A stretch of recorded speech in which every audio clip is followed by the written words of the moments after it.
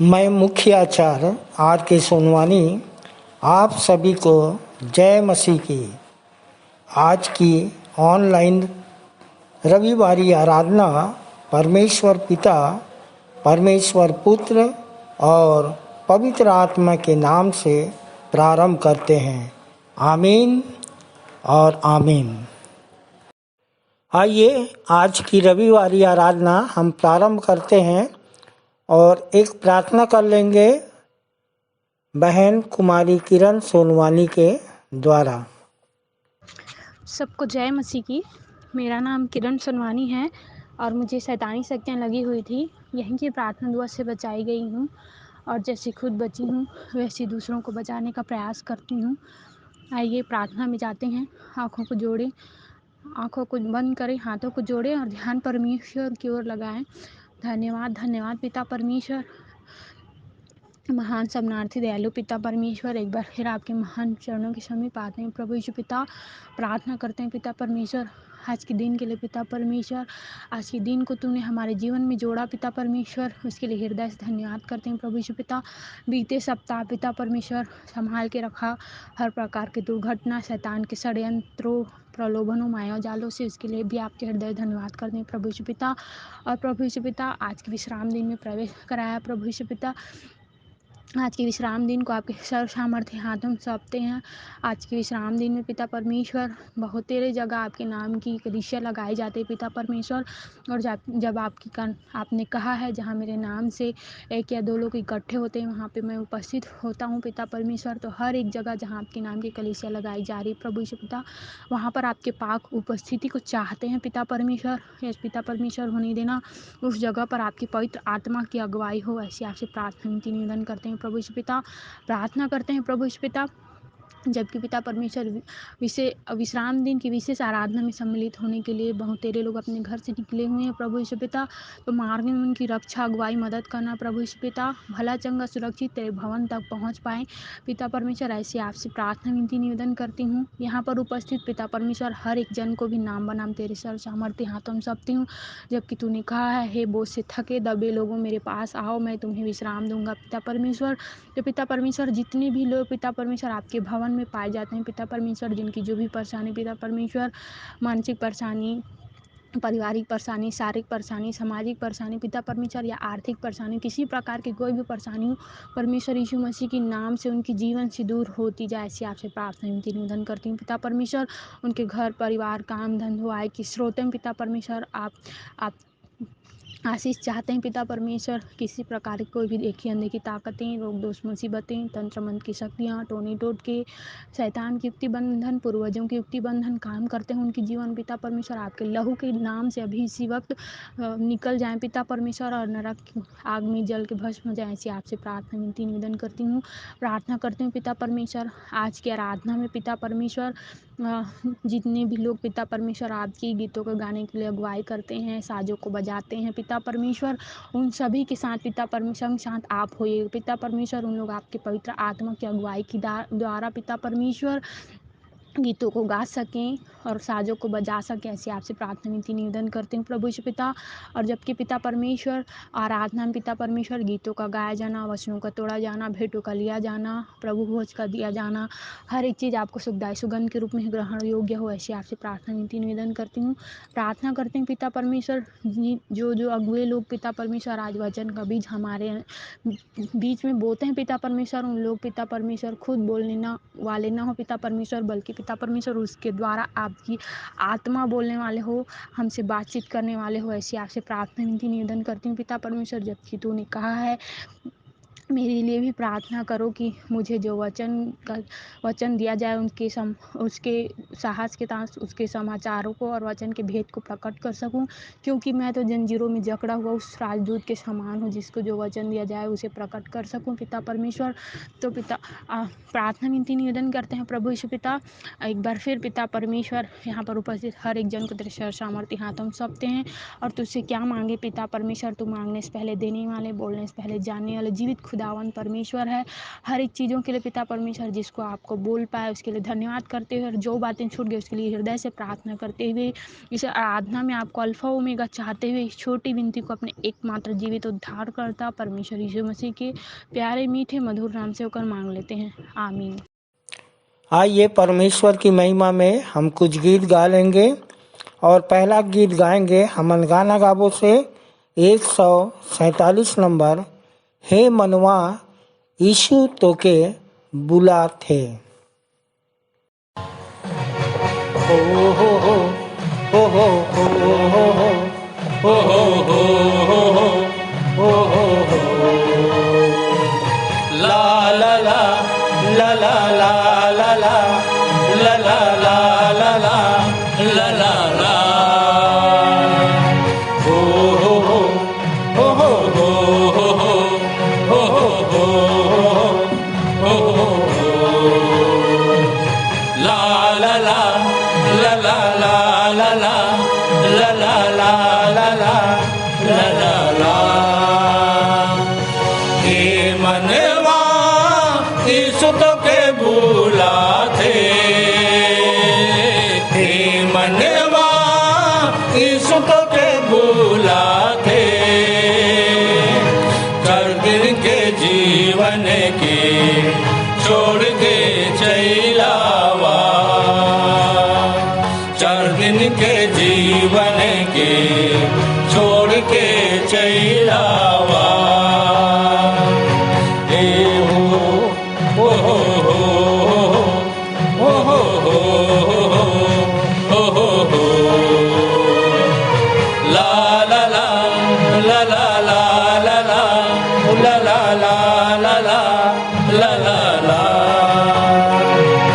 जीवन में शांति खोजे जातिस कहाँ मनवरे, जातिस कहाँ मनवरे। जीवन में शांति खोजे जातिस कहाँ मनवरे, जातिस कहाँ मनवरे। यीशु तेरे ठीना शांति तेरे झरना धीरे धीरे बहते। यीशु तेरे ठीना शांति तेरे झरना धीरे धीरे बहते। हे मनवा यीशु तोके बुला थे, चार दिन के जीवन के छोड़ के चैलावा, चार दिन के जीवन के छोड़ के चैलावा। हो हो हो हो हो हो हो हो हो ला ला ला ला ला ला ला ला ला ला ला ला ला। जीवन में मुक्ति खोजे जातिस कहाँ मनवरे, जातिस कहाँ मनवरे। जीवन में मुक्ति खोजे जातिस कहाँ मनवरे, जातिस कहाँ मनवरे। यीशु तेरे ठीना शांति के झरना धीरे धीरे बहते। यीशु तेरे ठीना शांति के झरना धीरे धीरे बहते। हे मनवा यीशु तोके बुला थे, चार दिन के जीवन के छोड़ के चैलावा, चार दिन के जीवन के छोड़ के चैलावा। हो हो हो हो हो हो हो हो ला ला ला ला ला ला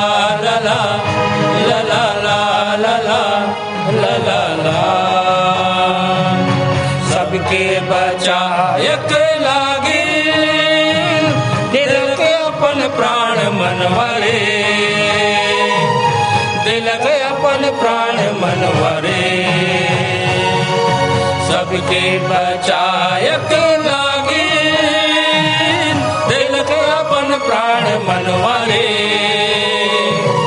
दिल के अपन प्राण मनवरे।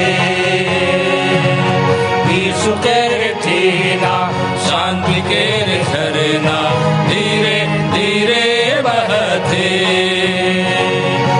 यीशु के ठीना शांति के झरना धीरे धीरे बहते।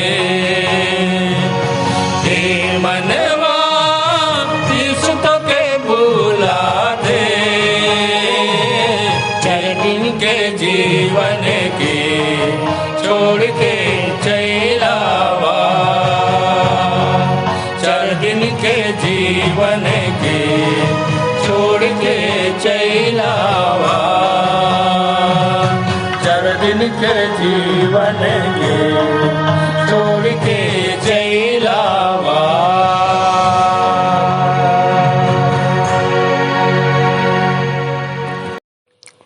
दूसरा गीत गा लेंगे स्तुति के गीत से 261 नंबर, रहता जीवन जो मिट्टी का बर्तन टूटा हुआ।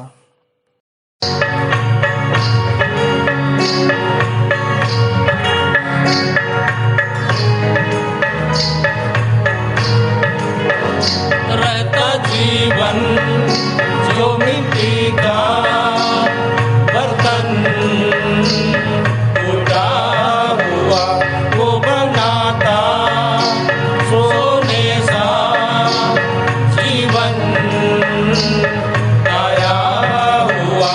यीशु नाम है उसका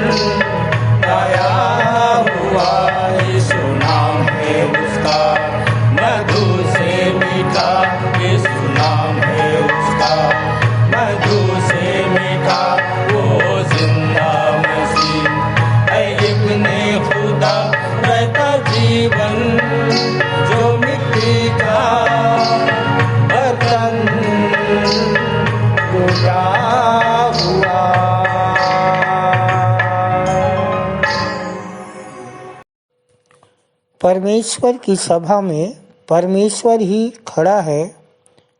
वह ईश्वरों के बीच में न्याय करता है।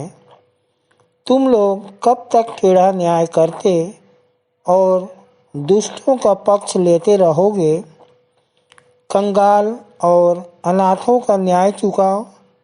दीन दरिद्र का विचार धर्म से करो। कंगाल और निर्धन को बचा लो। दुष्टों के हाथ से उन्हें छुड़ाओ।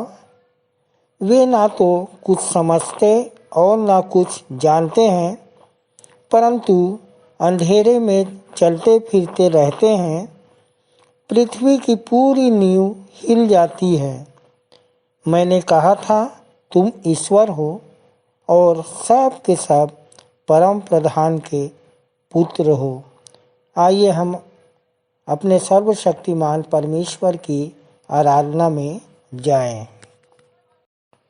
मुख्य आराधना के प्रारंभ में हम एक गीत गा लेंगे। स्तुति के गीत से 1 नंबर, प्रभु महान विचारूं कार्य तेरे।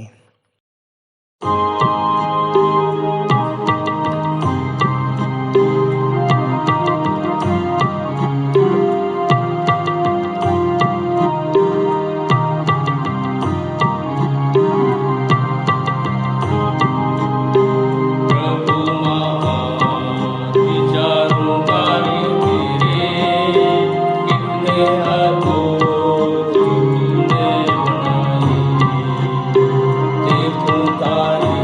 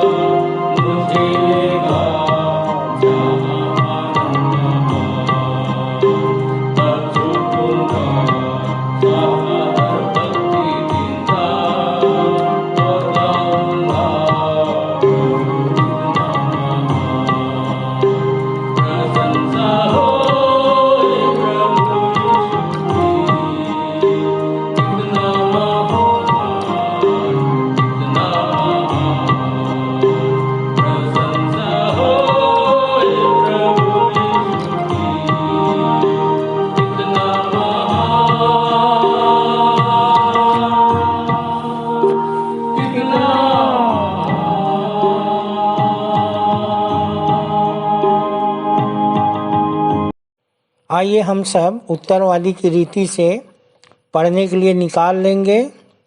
यूहन्ना रचित सुसमाचार 17 अध्याय 1 से 19 पद तक पढ़ेंगे और जिसको पढ़ने में अगुवाई करेंगे मिस्टर लिकेश सोनवानी और उत्तर देंगी श्रीमती फूल सोनवानी। आप सबको जय मसीह की। मेरा नाम रिकेश कुमार सोनवानी है और प्रभु में 11 वर्ष हो गए। आप सबको जय मसीह की। मेरा नाम श्रीमती डॉक्टर फूल सोनवानी है और प्रभु में आए मुझे 5 वर्ष हो गए। अब उत्तरवादी पाठ की तीसरी पढ़ लेंगे। यूहन्ना 17 1 से 19 पद तक। पहला पद मैं पढ़ूंगा, दूसरा पद आप श्रीमती फूल सोनवानी के साथ पढ़ेंगे। यीशु ने ये बातें कही और अपनी आंखें आकाश की ओर उठाकर कहा, हे पिता, वह घड़ी आ पहुंची है। अपने पुत्र की महिमा कर कि पुत्र भी तेरी महिमा करे, क्योंकि तूने उसको सब प्राणियों पर अधिकार दिया कि जिन्हें तूने उसको दिया है उन सबको वह अनंत जीवन दे। और अनंत जीवन यह है कि वे तुझ एकमात्र सच्चे परमेश्वर को और यीशु मसीह को जिसे तूने भेजा है जाने।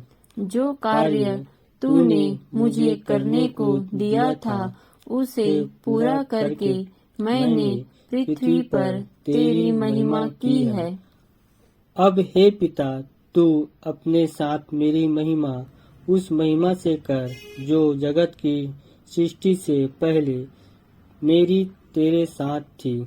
मैंने तेरा नाम उन मनुष्यों पर प्रकट किया है जिन्हें तूने जगत में से मुझे दिया। वे तेरे थे और तूने उन्हें मुझे दिया और उन्होंने तेरे वचन को मान लिया है। अब वे जान गए हैं कि जो कुछ तूने मुझे दिया है वह सब तेरी ओर से है, क्योंकि जो वचन तूने मुझे दिए मैंने उन्हें उसको पहुंचा दिए और उन्होंने उनको ग्रहण किया और सच सच जान लिया है कि मैं तेरी ओर से आया हूँ और विश्वास कर लिया है कि तू ही ने मुझे भेजा। मैं उनके लिए विनती करता हूँ, संसार के लिए विनती नहीं करता, परंतु उन्हीं के लिए जिन्हें तूने मुझे दिए है, क्योंकि वे तेरे हैं। और जो कुछ मेरा है वह सब तेरा है और जो तेरा है वह मेरा है और इनसे मेरी महिमा प्रकट हुई है। मैं अब जगत में ना रहूंगा, परंतु ये जगत में रहेंगे और मैं तेरे पास आता हूँ। हे पिता, हे पवित्र पिता, अपने उस नाम से जो तूने मुझे दिया है उनकी रक्षा कर कि वे हमारे समान एक हो। जब मैं उनके साथ था तो मैंने तेरे उस नाम से जो तूने मुझे दिया है उनकी रक्षा की है। मैंने उनकी चौकसी की और विनाश के पुत्र को छोड़ उनमें से कोई नष्ट नहीं हुआ, इसलिए कि पवित्र शास्त्र में जो कहा गया वह पूरा हो। अब मैं तेरे पास आता हूँ और ये बातें जगत में कहता हूँ कि वे मेरा आनंद अपने में पूरा पाए। मैंने तेरा वचन उन्हें पहुंचा दिया है और संसार ने उनसे बैर किया, क्योंकि जैसा मैं संसार का नहीं वैसे ही वे भी संसार के नहीं। मैं यह विनती नहीं करता कि तू उन्हें जगत से उठा ले, परंतु यह कि तू उन्हें उस दुष्ट से बचाए रख। जैसे मैं संसार का नहीं वैसे ही वे भी संसार के नहीं। सत्य के द्वारा उन्हें पवित्र कर, तेरा वचन सत्य है। जैसे तूने मुझे जगत में भेजा, वैसे ही मैंने भी उन्हें जगत में भेजा। अंतिम पद हम सब एक साथ पढ़ लेंगे। और उनके लिए मैं अपने आप को पवित्र करता हूँ, ताकि वे भी सत्य के द्वारा पवित्र किए जाएं। परमेश्वर अपने वचन के पढ़े और सुने जाने पर हम सबको आशीष दे। जय मसीह की। जय मसीह।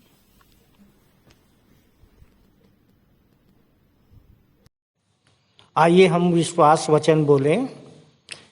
मैं सर्वशक्तिमान पिता पर स्वर्ग और पृथ्वी के सृजनहार परमेश्वर पर विश्वास रखता हूँ। मैं उसके एकलौते पुत्र हमारे प्रभु यीशु मसीह पर, जो पवित्र आत्मा के सामर्थ के द्वारा कुमारी मरियम से जन्मा, जिसने पोंतियुस पिलातुस के राज्य में दुख उठाया, जो क्रूस पर टांगा गया और मारा गया, जो गाड़ा गया और अदृश्य लोक में पहुंचा, और तीसरे दिन मृतकों में से फिर जी उठा, जो स्वर्ग पर चला गया और सर्वशक्तिमान पिता परमेश्वर के दाहिने हाथ विराजमान है, और जीवितों और मृतकों का न्याय करने फिर आने वाला है। विश्वास रखता हूँ मैं पवित्र आत्मा पर, पवित्र सारी कलीसिया पर, संतों की संगति पर, देह के पुनरुत्थान पर, पापों की क्षमा पर और अनंत जीवन पर विश्वास रखता हूँ। आमीन। सामान्य सामाजिक एवं पारिवारिक कलीसियाई प्रार्थना में जाएंगे और सहायक सह आचार्य श्री रामेश्वर सिंह राठौर प्रार्थना में अगुवाई करेंगे। आप सबको जय मसीह की। मेरा नाम सहायक सहआचार्य रामेश्वर सिंह राठौर है। विश्वासी मंदिर में बने मुझे 7 वर्ष होने जा रहे हैं। आइए हम सब प्रार्थना में जाएं, अपने अपने हाथ जोड़ लें, अपने आँख बंद करें, ध्यान पिता परमेश्वर की ओर लगाएं। धन्यवाद, धन्यवाद और धन्यवाद महान सामर्थी अनुग्रहकारी प्रेमी पिता परमेश्वर, राजाओं के राजा, प्रभुओं के प्रभु, अत्यंत करुणामय दयालु परमेश्वर पिता, धन्यवाद करते हैं प्रभु जी। अब तक संभाले रखा प्रभु जी, हम आपका धन्यवाद करते हैं पिता परमेश्वर। आप हर एक परिस्थिति में धन्यवाद के योग्य हैं प्रभु जी। परमेश्वर पिता, कल आज और युगान युग आप एक सा परमेश्वर है प्रभु जी। आप ना बदलने वाले परमेश्वर हैं पिता, आपका धन्यवाद करते हैं पिता परमेश्वर। आज विश्राम दिन में परमेश्वर पिता हम उपस्थित होने पाए प्रभु जी। परमेश्वर पिता आपका धन्यवाद करते हैं परमेश्वर पिता। हम सबको स्वस्थ भला रखा, चंगा रखा प्रभु जी, हम आपका धन्यवाद करते हैं पिता परमेश्वर। परमेश्वर पिता प्रार्थना करते हैं प्रभु जी कि जितने भी विश्वासी भाई बहन लोग परमेश्वर पिता आपके प्रार्थना में शामिल हुए हैं प्रभु जी, आपके संगति में शामिल हुए हैं प्रभु जी, उन सब को परमेश्वर पिता आप बहुतायत की आशीष दीजिएगा प्रभु जी। परमेश्वर पिता उनकी जो भी मनोकामनाएं हैं प्रभु यीशु मसीह के नाम से पूरी होने पाए प्रभु जी।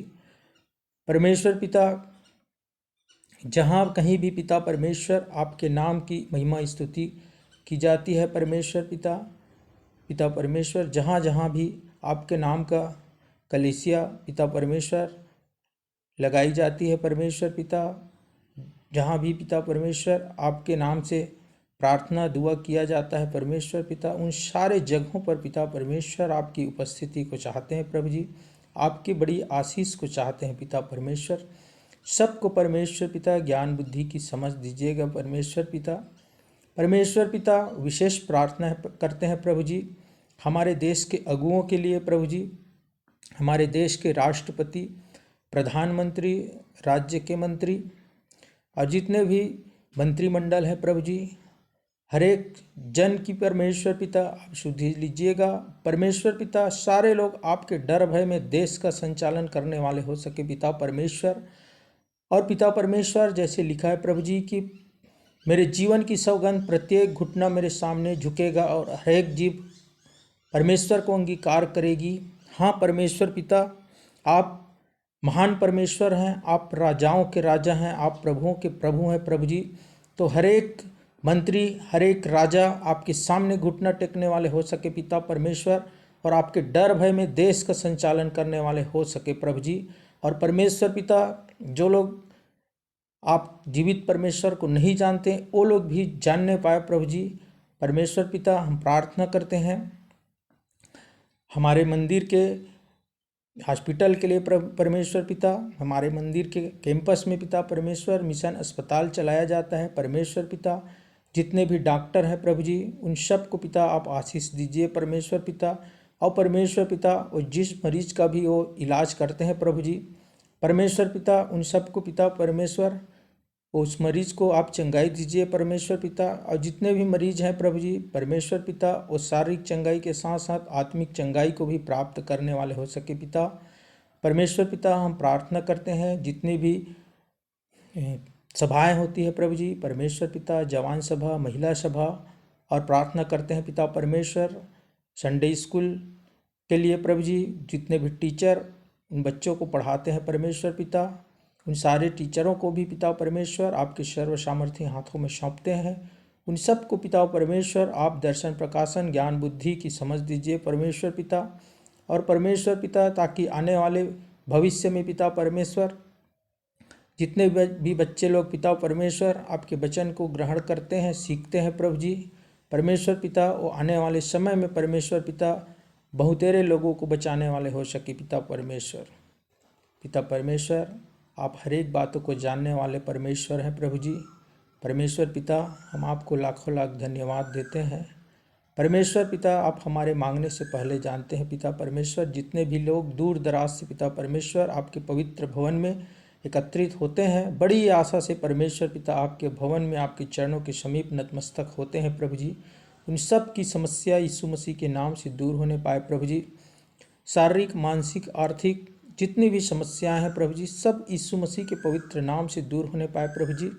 और हर एक जगहों में परमेश्वर पिता हम आपके नाम की गवाही देने वाले हो सके पिता परमेश्वर, और आप जीवित परमेश्वर की महिमा स्तुति करने वाले हो सके पिता परमेश्वर। ऐसा आपसे विनती प्रार्थना करते हैं प्रभु जी परमेश्वर पिता। आगे के इस आराधना को परमेश्वर पिता संदेश का दिया जाना, गीतों का गाया जाना, वचन का जो बीज बोया जाता है परमेश्वर पिता, वो हमारे हृदय की पटिया में उसको हम लिख सके प्रभु जी। और परमेश्वर पिता, उस वचन के खाली हम सुनने वाले नहीं, परंतु उस वचन के अनुसार हम चलने वाले हो सके पिता परमेश्वर। ऐसे प्रार्थना करते हैं प्रभु जी। जो बात नहीं कह पाए उन बातों को भी आपके चरणों में रखते हैं पिता परमेश्वर। और विश्वासी मंदिर के जितने भी अगुए हैं प्रभु जी, मंदिर के संचालक, सह संचालक, संचालिकाएं, आचार्य, सह आचार्य, सहायक, सहआचार्य, नाम बनाम हर एक जन पर आपके आशीष को चाहते हैं, उनके घर परिवार पर आपकी आशीष को चाहते हैं पिता परमेश्वर। सारा आदर, महिमा, गौरव, सम्मान सब कुछ आपको देते हुए पिता परमेश्वर बड़े धन्यवाद और विश्वास के साथ इस छोटी सी प्रार्थना को हमारे जीवित, पवित्र, एकमात्र उद्धारकर्ता हमारे प्रभु यीशु मसीह के पवित्र एवं मीठे नाम में होकर मांगते हैं, आमीन। सबको जय मसीह।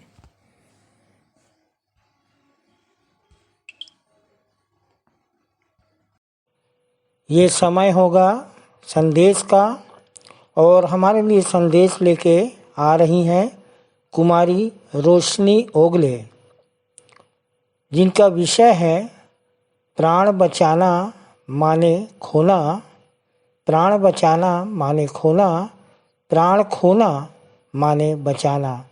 लूका 9:24 पर इनका संदेश आधारित है। सबको जय मसीह की। मेरा नाम रोशनी ओगले, प्रभु में आए 11 वर्ष 11 वर्ष हो गए। प्रभु का धन्यवाद कि मुझे बोलने का मौका मिला, और अपने संचालक मंडल का भी धन्यवाद देती हूँ कि उन्होंने मुझे बोलने का मौका दिया। मेरा विषय है प्राण बचाना है खोना, प्राण खोना है बचाना। तो प्रियो, मैं एक उदाहरण देना चाहूँगी। एक राजा अपने बेटे को भेष बदल के कुछ वर्षों के लिए अपनी प्रजा के बीच भेजता है। इससे पहले कि मैं तुम्हें सिंहासन दूँ, तुम्हें अपनी जगह बैठाऊँ, तुम जाकर मेरी प्रजा के बीच देखो कि ज़िंदगी कैसी होती है और तुमको कैसे चलना है, कैसे जीना है। ऐसे करके वो राजा अपने बेटे को भेजता है और उसके जीवन के लिए, उसको जीवन निर्वाहन करने के लिए कुछ पैसे देता है, ताकि कोई ज़रूरत पड़े तो उसे इस्तेमाल करे। और उसका बेटा प्रजा के बीच चले जाता है और ऐसा होता है प्रियो कि उसे भूख लगती है तो भी वो पैसे खर्च नहीं करता। वो कहता है कि मुझे जब ज़्यादा भूख लगेगी तब पैसे खर्च करूँगा। और ऐसा होता है कि वो धीरे-धीरे बीमार पड़ता है। फिर ऐसा होता है कि वो डॉक्टर के पास भी नहीं जाता है प्रियो, कि अगर मैं डॉक्टर के पास चले जाऊँगा तो पैसे ख़त्म होंगे तो मैं क्या करूँगा? अभी तो मेरे पास नौकरी भी नहीं है, मैं नौकरी भी नहीं करता। ऐसे करके और प्रियो, ऐसा होता है कि धीरे-धीरे वो और बीमार पड़ते जाता है और ख़त्म हो जाता है। तो प्रियो, काश काश कि वो जाने रहता कि जो पैसे मुझे दिए गए हैं उसको मुझे इस्तेमाल करना है, और अगर वो इस्तेमाल करने पाता तो वो अपना ध्यान उस चीज़ों की ओर लगाता जो उसे सीखने के लिए भेजा गया है, पर वो नहीं सीख पाता प्रियो। तो ऐसा होता है प्रियो कि वो उस सिंहासन को भी नहीं पाता, और अगर वो पैसे को खर्च करना जानता तो वो जब अपने पिता के पास आता तो उसका पिता उसे सिंहासन भी देता और इससे कई ज़्यादा पैसे उसके पास होते।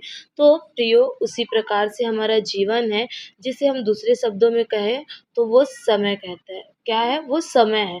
मेरे विचार से यदि जीवन को एक शब्द में कहें तो वो समय है, जो परमेश्वर ने हमको पृथ्वी पर समय देकर भेजा है, उसे हमें इस्तेमाल करना है। प्रियो, आत्मा का कोई समय नहीं होता है, पर हमारे इस शरीर का समय होता है, और इस शरीर की एक एक्सपायरी डेट भी है।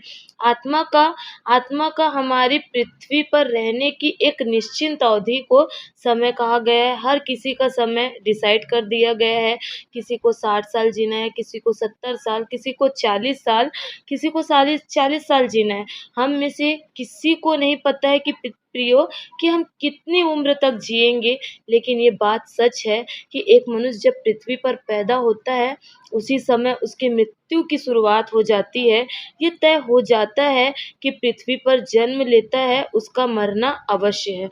हमको नहीं पता कि हमारी मृत्यु कब होगी, लेकिन ये सबको पता है कि होगी ज़रूर। हम जितनी भी अपनी ज़िंदगी को बचाना चाहे, पर उस ज़िंदगी को समाप्त होगी ज़रूर। हमारा समय समाप्त होगा ज़रूर। जैसे कि मैं उदाहरण देना चाहूँगी माइकल जैक्सन का, कि उन्होंने कितने अरबों-खरबों पैसे खर्च किए, सिर के बाल से लेकर के नाखून के पैर तक उन्होंने अपने लिए डॉक्टर अपने घर में रखे और पूरे घर को ही हॉस्पिटल बना लिया। पर प्रियो, जब उसका समय आया तो वो क्या हो गया? चला गया। याद रखिए प्रियो, याद रखिए कि हम भी इस पृथ्वी पर समय लेकर आए हैं। परमेश्वर ने हमें समय देकर भेजा है कि इस पृथ्वी पर उसके कामों को करें और उसके विषय में जान सके, और वैसा बन सके जैसा वो हमको बनाना चाहता है। परमेश्वर ने हमें पृथ्वी पर अगम्य धन देकर भेजा है, और उस अगम्य धन को पृथ्वी पर खर्च करने का समय भी दिया है। तो प्रियो, परमेश्वर ने हमें इस पृथ्वी पर समय देकर भेजा है। वो चाहता है कि हम उसे इस्तेमाल करें। परमेश्वर ने हमें धर्म राज्य की खोज करने के लिए भेजा है, उसके राज्य के बारे में समझने के लिए भेजा है, अपने फ़र्ज़ को निभाने के लिए, उसके पुत्र के समान काम करने के लिए भेजा है, उसका प्रतिनिधित्व बनाकर हमें भेजा है, उसका राजदूत बनाकर भेजा है। तो प्रियो, तो वो जीवन को बचाने पाएगा। कौन बचाने पाएगा? क्योंकि हमारा न्याय इसी बातों में होगा कि तुमने अपना समय कहाँ-कहाँ वेस्ट किया। क्या कोई बोल सकता है प्रियो स्वर्ग में जाकर कि प्रभु देख, मैं पृथ्वी पर बहुत सारा धन कमा कर आया हूँ, 5 करोड़ पतरस आपके लिए लाया हूँ, जिब्राइल आपके लिए 10 करोड़ लाया हूँ, ऐसा कोई नहीं बोल सकता प्रियो, कोई नहीं बोल सकता। इसकी कोई वैल्यू नहीं है। आप ये धर्म के काम, आपके धर्म के काम ही आपने कितने लोगों को सुसमाचार प्रचार किया, कितना पड़ोसी से प्रेम किया, कितना धर्म राज की खोज किया, ये सारी बातों का न्याय होगा प्रियो। इन सारे विषयों का न्याय होगा। तो प्रियो, तो देखिए कि जो हमारे मृत्यु का दिन है, जो हमारा समय तय किया गया है, उससे हम ना 1 सेकंड अधिक जी सकेंगे और ना 1 सेकंड पहले ख़त्म हो सकते हैं। तो हमारा समय तय हुआ है, उसी में हमें जीना है। इसे हम देख लेंगे कि प्रभु यीशु मसीह ने जब लूका रचित सुसमाचार उसके 13 अध्याय के 31 पद में जब फरीसी प्रभु यीशु मसीह के पास आते हैं, तो उससे कहते हैं कि यहाँ से निकल कर चला जा, क्योंकि हेरोदेस तुझे मारने पर है। तब प्रभु यीशु मसीह उसे उत्तर देता है, जा करके उस लोमड़ी से कह दे कि अभी मेरा समय नहीं आया है, मुझे आज और कल दुष्ट आत्माओं को निकालना और बीमारों को चंगा करना है और तीसरे दिन अपने कार्य को पूरा करूँगा। इसका मतलब ये है प्रियो कि प्रभु यीशु मसीह भी अपने समय के विषय में जानते थे। उसको पता था कि मुझे समय दे कर के भेजा गया है। तो इसी प्रकार प्रियो, हमारे समय से पहले हमें कोई ख़त्म नहीं कर सकता। जैसे कि यूहन्ना जो प्रभु यीशु मसीह का चेला था, उसके विषय में बताते हैं कि उसे ज़हर पिलाया गया, खौलते तेल में डाला गया, इसके बावजूद प्रियो वो ख़त्म नहीं हुआ। जब तक उसका समय नहीं आया, वो नहीं मरा। और वैसे ही हम उदाहरण देते हैं, शद्रक, मेशक, अबेदनगो को आग की भट्टी में डाला गया। दानियेल, पौलुस के बारे में देखते हैं, जब वो तूफान में था, उसको ऐसा लगा कि अब हम खत्म हो जाएंगे, पर परमेश्वर ने उससे कहा, पौलुस अभी तेरा समय नहीं आया है, अभी तुझे कैसर के सामने गवाही देनी है। ये दूसरा कुरिन्थियों में पौलुस ने लिखा है कि मुझे लगा कि हम अब मर ही जाएंगे, पर जो भी परिस्थिति हो, चाहे आग बरसे, बाढ़ें आए, लेकिन एक मनुष्य को जितना समय परमेश्वर ने दिया है पृथ्वी पर दिया है, उससे पहले कोई उसे नहीं मिटा सकता। इंसान को समय से पहले कोई चीज़ खत्म नहीं कर सकती। केवल एक ही चीज़ खत्म कर सकती है, वो है आत्महत्या। आत्महत्या इंसान को खत्म कर सकती है। तो प्रियो, इंसान खुद अपने आप को मिटा सकता है, पर याद रखिए कि आत्महत्या एक बहुत बड़ा पाप होता है। किसी को भी सुसाइड नहीं करना चाहिए, ये बहुत बड़ा गुनाह है और इसकी माफ़ी नहीं है प्रियो। पर अपने समय को आप खर्च कीजिए, प्राण दाँव पर लगाइए, तब आप बचने पाएंगे। आपका जो जीवन है, ये जीवन नहीं, ये समय है जो धीरे धीरे समाप्त होता जाएगा। जैसे कि इफिसियों 5 उसके 16 में लिखा है प्रियो, इफिसियों 5 उसके 16 में लिखा है कि अवसर को बहुमूल्य जानिए, इसलिए निर्बुद्धियों के समान नहीं, पर बुद्धिमान के समान चलिए, क्योंकि दिन बुरे हैं और एक लिमिटेड समय हमको मिला है। इस समय को कृपा दृष्टि का समय कहा गया है। कृपा दृष्टि की समय में कुशल की बातें सीखिए और सिखाइए और प्राण को दांव पर लगाइए प्रियो। जैसे कि हमारे मंदिर के संचालक जी ने अपने प्राण दांव पर लगाए, हमें बचाया। उसका परिणाम स्वरूप हम देखने पाते हैं कि आज उनके भी प्राण बचने पाए और हम सबके भी प्राण बचने पाए। प्रियो, प्राण देने का तात्पर्य यह नहीं होता कि अपनी जान दे देना, पर प्राण देने पर वो हर एक चीज़ जिसमें आपका प्राण है, चाहे आपका घर, चाहे बच्चे, चाहे परिवार, सबको परमेश्वर के लिए छोड़ने तैयार हो जाना, उसका नाम ही है प्राण देना। तो प्रियो, मैं उदाहरण देना चाहूँगी अब्राहम का उदाहरण देना चाहूँगी। उनका प्राण अपने बच्चे में था, क्योंकि वो बुढ़ापे की संतान थी, तो भी उसने परमेश्वर के लिए उसे कुर्बान कर देना चाहा। जब परमेश्वर ने कहा अब्राहम इसहाक को दे दे, तब वो प्रियो तुरंत तैयार हो गया अब्राहम इसहाक को देने के लिए। अब प्रश्न ये है प्रियो, ऐसा क्यों? क्यों ऐसा? तो हमारे भीतर अब्राहम जैसा विश्वास क्यों नहीं है? हमारे भीतर अब्राहम जी जैसा विश्वास क्यों नहीं है? हम सब यहाँ टाइम पास करने नहीं बैठे हैं प्रियो। हम सब प्रभु के लिए कुछ ना कुछ करना चाहते हैं, पर क्यों नहीं कर पाते? सुनने के बाद भी नहीं कर पाते, तो इसका रीज़न होता है प्रियो विश्वास। इसका रीज़न क्या है? विश्वास। और हमारे भीतर विश्वास नहीं है। तो अब प्रश्न ये है कि अब्राहम के भीतर विश्वास कहाँ से आया? अब्राहम के भीतर विश्वास कहाँ से आया? तो आइए जानते हैं। अब्राहम क्यों इसहाक को बलि चढ़ाने तैयार हो गया? क्योंकि वो परमेश्वर की बातों को ध्यान से सुनता था, बड़े ध्यान से सुनता था। जब परमेश्वर उससे बातें करने आता था, तो प्रियो उसने सुन रखा था कि अब्राहम, इसहाक ही से तेरा वंश चलेगा। परमेश्वर ने कहा है इसहाक ही से तेरा वंश चलेगा। जब उसने कहा कि 100 वर्ष की उम्र में बच्चा होगा, तो उसने 100 वर्ष की उम्र में बच्चा दिया। तो जब उसने कहा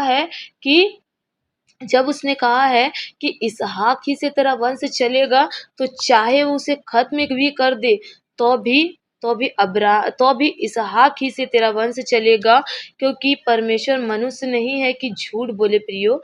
तो इसलिए प्रियो इसहाक को बलिदान चढ़ाने के लिए वो तुरंत तैयार भी हो गया। और इसका हम देखने पाते हैं कि विश्वास सुनने से और सुनना मसीह के वचन से होता है। जो कार्य किसने किया? अब्राहम जी ने किया। उन्होंने सुना। तो जितना आप सुनोगे, समझोगे, उतना आप विश्वास में बढ़ोगे। जितना आप धर्मराज की खोज करोगे, पढ़ोगे, सुनोगे, तो आपका विश्वास बढ़ेगा। हम देखना चाहेंगे पिता अय्यूब का उदाहरण कि वो 1 अध्याय से लेकर के 19 अध्याय तक कुड़कुड़ाता है, अपने जन्मदिन को धिक्कारता है, ऐसा क्यों हुआ, वैसा क्यों हुआ। पर जब 19 अध्याय के 18 पद में आता है ना प्रियो, तब वो बोलता है कि भला होता कि मेरी बातें लिखी जाती, भला होता कि वो पुस्तक में लिखी जाती। क्यों? क्योंकि वो आनंदित हो गया। तो ऐसा क्यों हुआ? क्या हो गया अय्यूब के संग? तो प्रियो मैं बताना चाहूँगी, अय्यूब को प्रकाशन मिल गया। अय्यूब को परमेश्वर ने पुनरुत्थान दिखा दिया। लिखा है कि मैं शरीर में होकर दर्शन पाऊंगा, मैं मर भी जाऊंगा तो भी शरीर में होकर दर्शन पाऊंगा। और जब 19 अध्याय के 25 पद में पहुंचता है तो बोलता है, मुझे तो निश्चय है मेरा छुड़ाने वाला जीवित है और अंत में वो इस पृथ्वी पर खड़ा होगा। तो अय्यूब ने यीशु मसीह के युग को देख लिया था पिता। तो प्रियो अय्यूब ने यीशु मसीह के युग को देख लिया था। वो उसने उसके आदि और अंत को देख लिया था। इसलिए वो आनंदित होकर कहता है, मैं पिता को देख पाऊंगा।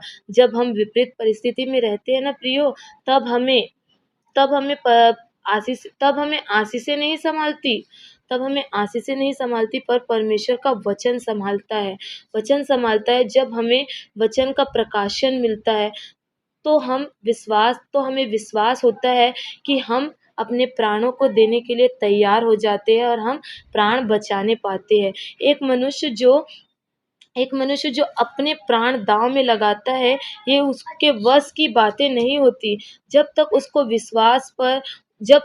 विश्वास ऊपर से ना दिया जाए। प्रियो हम भी दुआ करें, परमेश्वर अपने वचन का प्रकाशन हमें दे, हमसे बात करे, ताकि हमारा विश्वास बढ़े। क्योंकि विश्वास सुनने से और सुनना मसीह के वचन से होता है। लिखा है तेरा धर्मी जन विश्वास से जीवित रहेगा। तो परमेश्वर हमारे विश्वास को बढ़ा, ताकि हम भी विश्वास से जीवित रहे और प्राण देकर प्राण को बचाने पाए। इतना ही कहकर मैं अपने शब्दों को विश्राम देना चाहूंगी। अब सबको जय मसीह। सुंदर संदेश के लिए कुमारी रोशनी ओगले को और उनके पूरे परिवार को प्रभु बहुतायत की आशीष दे। ये समय है प्रभु भोज का, और प्रभु भोज का संचालन आचार्य श्रीमती प्रीतमा कुर्रे के द्वारा। आप सभी को जय मसीह की। मेरा नाम आचार्य श्रीमती प्रियतमा कुर्रे है और प्रभु में आए हुए मुझे लगभग 22 वर्ष हो चुके हैं। प्रियो, जब कभी हम प्रभु भोज में शामिल होते हैं तो प्रभु यीशु मसीह की देह को रोटी और उसके लहू को दाखरस के रूप में ग्रहण करते हैं। अक्सर मैं सोचती हूँ कि हम इस ब्यारी का क्या महत्व समझते हैं। मैंने जब प्रभु यीशु मसीह को जाना तब अच्छी तरह जानने और समझने के बाद यह निर्णय लिया कि अब मुझे बपतिस्मा लेना है और इस ब्यारी में शामिल होना है। और वर्ष 2000 में मैंने जल संस्कार के द्वारा प्रभु यीशु मसीह को अपना व्यक्तिगत उद्धारकर्ता ग्रहण किया और यह रोटी और ये दाखरस मुझे पहली बार दिया गया और मैं अति आनंदित थी कि अब मैं इस भोज में शामिल हो सकती हूँ। प्रियो, अक्सर हम जब कभी किसी ब्याह में जाते हैं और वहाँ से अच्छा भोजन हमें प्राप्त होता है तो हम उस भोज की प्रशंसा करते हैं और दूल्हे को देखकर, दुल्हन को देखकर भी हम आनंदित होते हैं। आज भी हम एक भोज में शामिल हैं और ये उत्तम से उत्तम भोज से भी बढ़कर है क्योंकि यह प्रभु भोज है। पर क्या हमें पता है कि यह भोज है क्या? देह और लहू क्यों हमारे सामने परोसा गया? प्रियो, प्रभु भोज के संदेश में एक बार आचार्य SD यादव जी ने इसकी स्थापना कैसे हुई, निर्गमन के अध्यायों और व्यवस्था विवरण 16 अध्याय से बहुत सी बातें हमारे सामने रखी और जब मैंने उन्हें घर जाकर फिर से पढ़ा तो कुछ विचार मेरे मन में भी आए। उन्हीं विचारों को आज मैं आपके समक्ष रखना चाहती हूँ। पहली बात कि फसह का मेमना जो वध हुआ वो है यीशु मसीह, जो निष्पाप और निष्कलंक था और बलि के लिए परफेक्ट था। और दूसरी बात, फसह के पर्व में अखमीरी रोटी खाई जाती थी जिसका अर्थ है दुख की रोटी। मेमने के बारे में आप सभी जानते हैं, इसलिए आज मैं रोटी अर्थात इस दुख की रोटी के विषय में कहूँगी। प्रियो, रोटी की कहानी लोगों की जुबानी हमने खूब सुनी है। प्रभु यीशु मसीह की देह कैसे रोटी बनकर प्लेट में हम तक पहुँची, ये चर्चाएं भी आज किसी से छिपी नहीं है। क्रूस पर टांगे जाने तक और उसके बाद भी जो दुख एक मसीहा सहता है और मुंह से उफ तक नहीं कहता है, क्या उसका जीवन हम में रहता है? विचार करें। आज जब आप इस ब्यारी में हाथ डालते हैं और खमीर मिले हुए नहीं परंतु संसार के पापों से रहित इस अखमीरी रोटी को ग्रहण करते हैं तो क्या आपके हृदय में ये झनकार होती है कि मैं इस योग्य भी न था कि परमेश्वर मुझे इस भोज का न्योता दे, पर यीशु के लहू ने, उसकी दी हुई क्षमा ने मुझे इस कदर साफ किया कि आज मैं इस भोज को खाने पाता हूँ या पाती हूँ। हम इस दुख की रोटी को खाते हैं और आत्मिक आनंद से भर जाते हैं क्योंकि अब हम प्रभु यीशु मसीह के कहे अनुसार उसके मांस में का मांस और उसके लहू में का लहू है। अब मैं जीवित ना रहा पर यीशु मसीह मुझ में जीवित है, ऐसा पौलुस ने कहा। क्या मैं और आप ऐसा कुछ कह पाते हैं कि मैं धन्य हूँ जो प्रभु की नज़र मुझ पर हुई, उसका अनुग्रह मुझ पर हुआ? व्यवस्था विवरण 16:3 हमें बताता है कि परमेश्वर ने इजरायलियों को चिताया कि मिस्र देश से निकलकर कैसे आए हो, पीढ़ी से पीढ़ी तक यह स्मरण रखने के लिए जीवन भर ये रोटी खाना। आज मैं आपसे पूछती हूँ, क्या हम स्मरण रखते हैं कि हम कैसे कीच से, कैसे पाप के दलदल से निकाले गए? सो यह बात मुझे प्रभु से पहुँची और मैंने आप तक पहुँचा दी। प्रभु यीशु मसीह ने जब फसह का अंतिम भोज चेलों के साथ किया तब अमुक व्यक्ति के घर भोज की तैयारी करवाई और जब वे खा रहे थे तब कहा, तुम में से एक मुझे पकड़वाएगा। और जब उसने रोटी तोड़कर चेलों को दिया तो कहा, यह मेरी देह है, और कटोरे को देकर कहा, यह मेरा लहू है। सोचने का विषय है प्रियो कि एक जीवित व्यक्ति अपनी ही देह और अपने ही लहू को खाने पीने को दे रहा है। आप मत्ती 26 से 29, मरकुस 14, 22 से 26, लूका 22, 14 से 20 और पहला कुरिन्थियों 11, 23 से 25 भी पढ़ सकते हैं। आज ये रोटी टुकड़ों में आपके सामने है और आज भी जीवित है।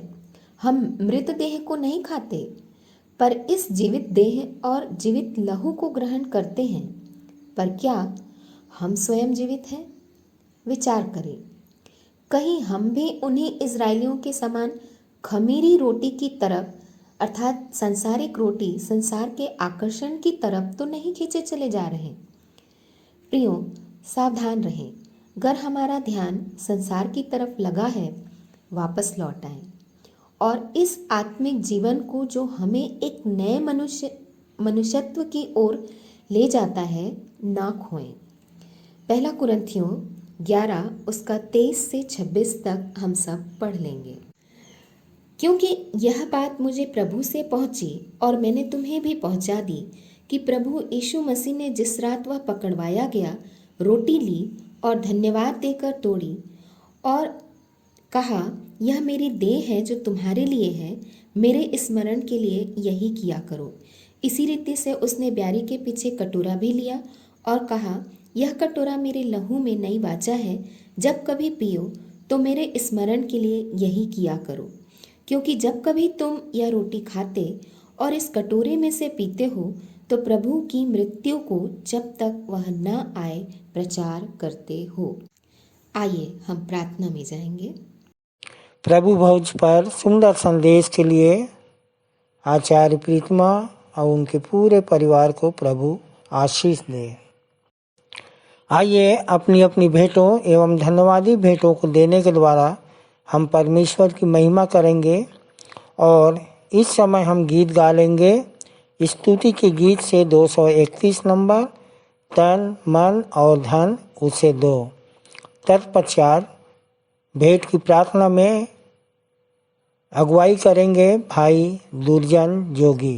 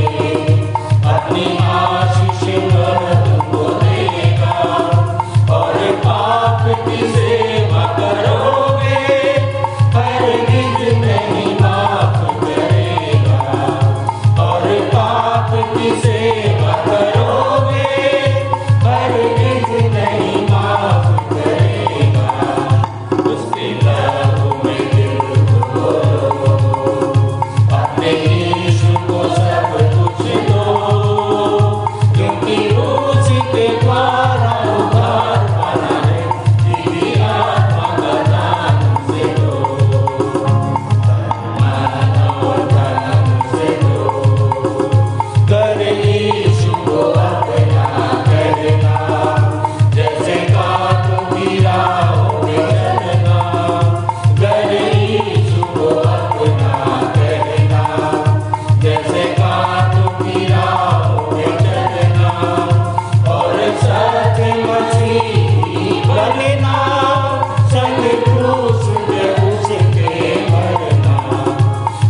सच मसीह की वंदना, संग क्रूस पे उसके मरना, जिंदा रहने की शक्ति दे दो, अपने यीशु को सब कुछ दो, क्योंकि उसी के द्वारा उद्धार पाना है, जिंदिया का बलिदान से दो,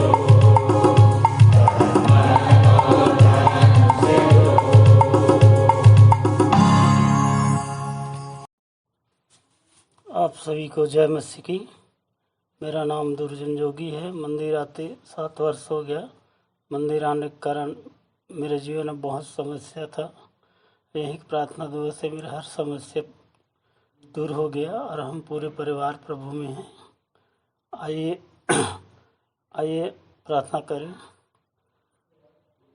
धन्यवाद धन्यवाद धन्यवाद। आकाश के झरोखे खोल के हमारे लिए परम्परा आशीषों की वर्षा करने वाले, ऐसी सारी दुनिया बनाने वाले, आकाश और पृथ्वी कर्ता, सृजनहार, तारणहार, पालनहार, सर्वशक्तिमान, जीवित सामर्थ्यशाली पिता परमेश्वर, एक बार फिर से बड़े धन्यवाद के साथ, बड़े धन्यवादित मन के साथ आपके इकलौते पुत्र हमारे उद्धार करता प्रभु यीशु मसीह के नाम से आपके चरणों के समीप आते पिता, और तुझे हृदय से लाखों लाख धन्यवाद देते पिता। जीवन को उत्तम आशीष के लिए लाखों लाख धन्यवाद देते हैं।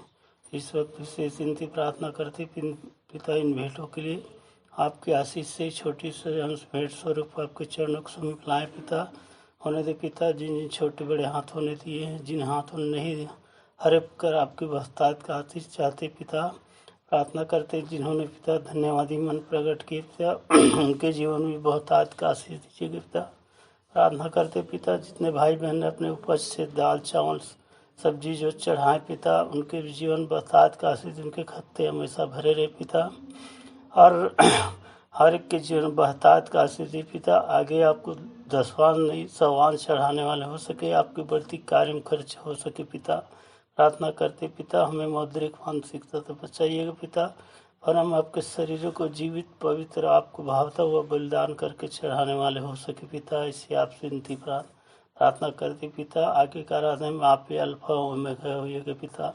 सारा धर्म महिमा गौरव अधिकार आपको देते हुए छोटी विनती अपने जीवित उद्धार करता प्रभु यीशु मसीह के नाम से मांगते हैं, आमीन। मैं मुख्य आचार्य R.K. सोनवानी आप सभी को जय मसीह की। आप लोगों को सूचना से अवगत करा दूं, हमारी रविवारी आराधना ऑनलाइन और ऑफलाइन दोनों चलती है। समय का विशेष ध्यान दें, प्रातः 10 बजे से दोपहर 12:30 बजे तक। जिनको आराधना में जिम्मेदारी दी जाती है उनको ऑनलाइन और ऑफलाइन दोनों में बोलना है। ऑनलाइन के लिए अपना ऑडियो बनाकर शुक्रवार शाम तक अवश्य ही मुझको भेज देंगे। विशेष सूचना, प्रायः यह देखा जा रहा है कि ऑनलाइन आराधना में जो प्रार्थना उत्तरवादी पाठ है, जो संदेश है कि रिकॉर्डिंग शुक्रवार शाम तक नहीं भेजी जाती, जिससे शनिवार रात भर सेटिंग करने में लग जाता है। अतः अब संचालक मंडल द्वारा निर्णय लिया गया है कि जिसकी रिकॉर्डिंग शुक्रवार शाम तक नहीं पहुंचेगी उसे आने वाले समय में अवसर नहीं दिया जाएगा। तदनुसार इस आदेश का कड़ाई से पालन किया जाएगा। आदेशानुसार संचालक मंडल, विश्वासी मंदिर, बिलासपुर। 2/4/2023 की रविवारी आराधना के लिए आप लोगों को सूचित कर दूं। खजूर का रविवार है, जिसका संचालन आचार्य पूनम साहू करेंगी। प्रारंभिक प्रार्थना मिस्टर प्रियांशु बिंजवार के द्वारा। उत्तरवादी पाठ लूका रचित सुसमाचार 19 अध्याय, जिसका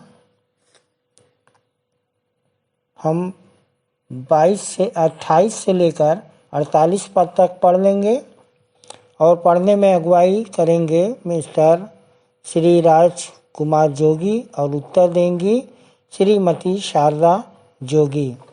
सामान्य सामाजिक एवं पारिवारिक कलिसियाई प्रार्थना में अगुवाई करेंगी आचार्य श्रीमती प्रेमलता पटनायक।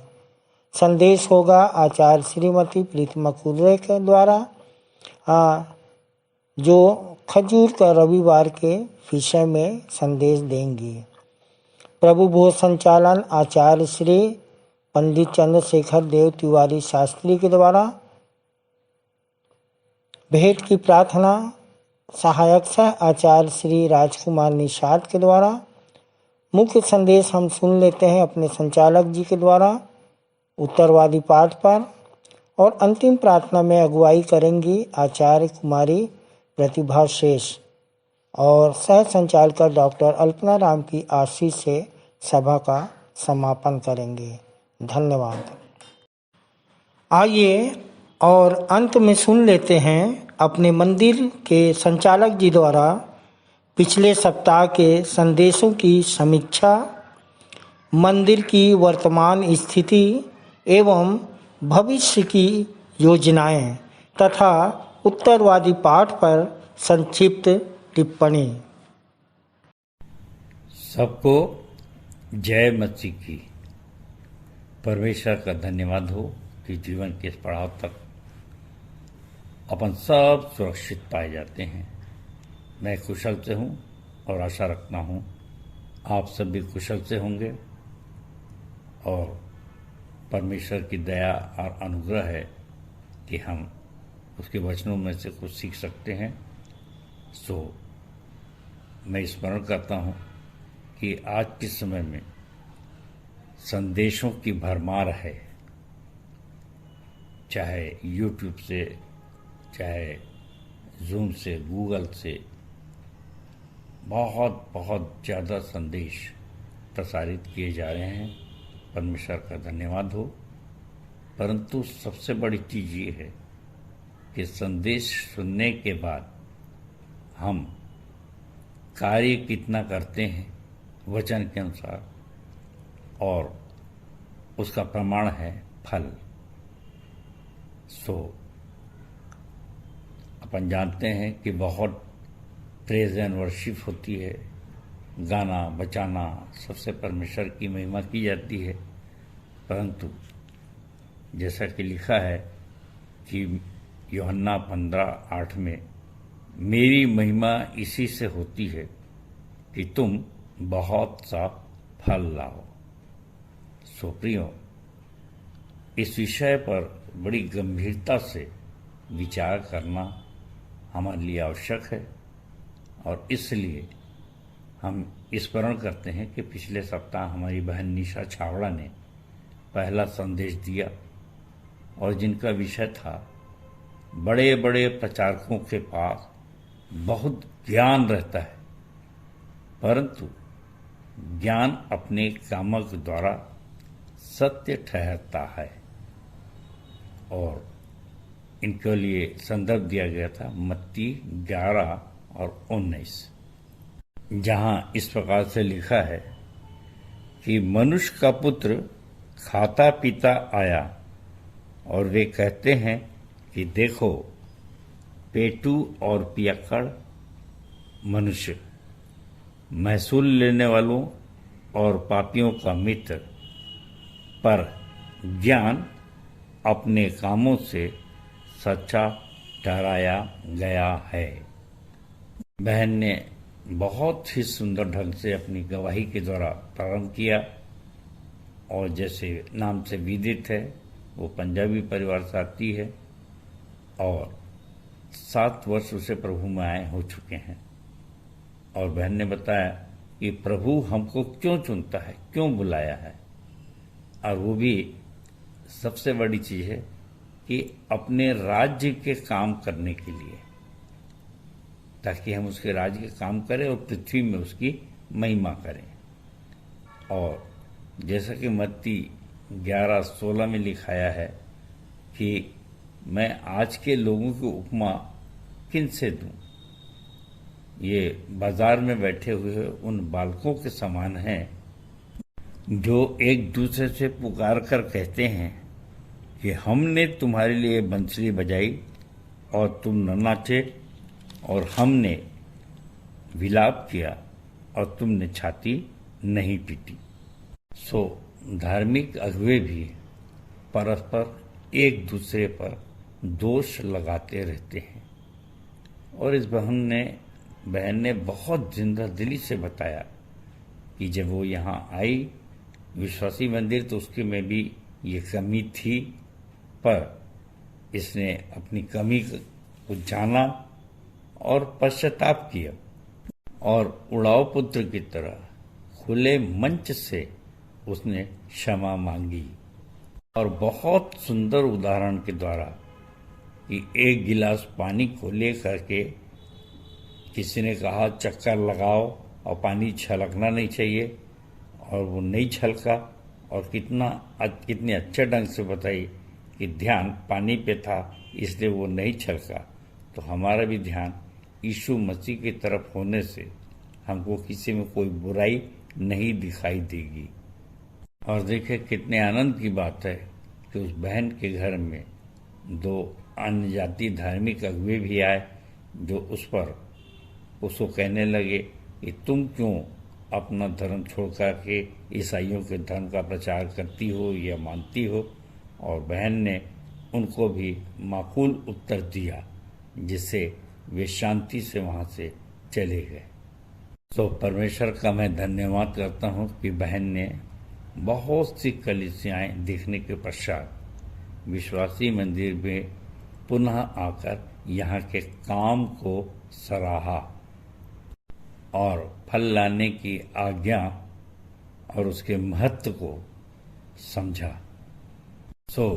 जैसे यीशु मसीह ने अपनी आलोचनाओं का उत्तर अपने कार्यों से दिया, हमको भी आलोचनाओं पर ध्यान न देते हुए अपने कार्यों के द्वारा परमेश्वर पिता को खुश करना है, क्योंकि यही लिखाया है कि मेरी महिमा इसी से होती है कि तुम बहुत सा फल लाओ। बहन को उसके सुंदर संदेश के लिए बहुत बहुत धन्यवाद।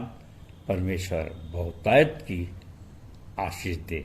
आपके परिवार में परमेश्वर की बहुतायत की आशीष होती रहे। धन्यवाद। और इसके पश्चात हमारी बहन आचार्य श्रीमती आरती करोसिया ने प्रभु भोज का संचालन किया और बहन ने बताया प्रभु भोज के संबंध में विशेष जानकारियाँ दी, विशेष करके नए लोगों के लिए, कि जिसमें से पहला तो ये है कि ये कोई साधारण सा प्रसाद नहीं है जो सबको सरेआम बांटा जा सके, परंतु ये एक ऐसा यीशु मसीह के मांस और लहू का प्रतीक है जिसे प्राप्त करने के लिए प्रभु यीशु मसीह को अपना उद्धारकर्ता स्वीकार करना और उसके नाम से बपतिस्मा प्राप्त करना, जल संस्कार प्राप्त करना आवश्यक है। कोई भी इसे अनुचित रूप से ग्रहण न करे, मात्र रिद्धि विधि समझकर इसे ग्रहण न करे, और अगर कोई ऐसा करता है तो वह अपने ऊपर दंड लाता है। हमारी सहायक आचार्य श्रीमती आरती करोसिया को प्रभु भोज के सुंदर संचालन के लिए बहुत बहुत धन्यवाद। परमेश्वर बहुतायत की आशीष आपके और आपके परिवार में देवे। और आइए इसके पश्चात अपन देखें पिछले सप्ताह का मेरा संदेश, लूका 13:1 से 21।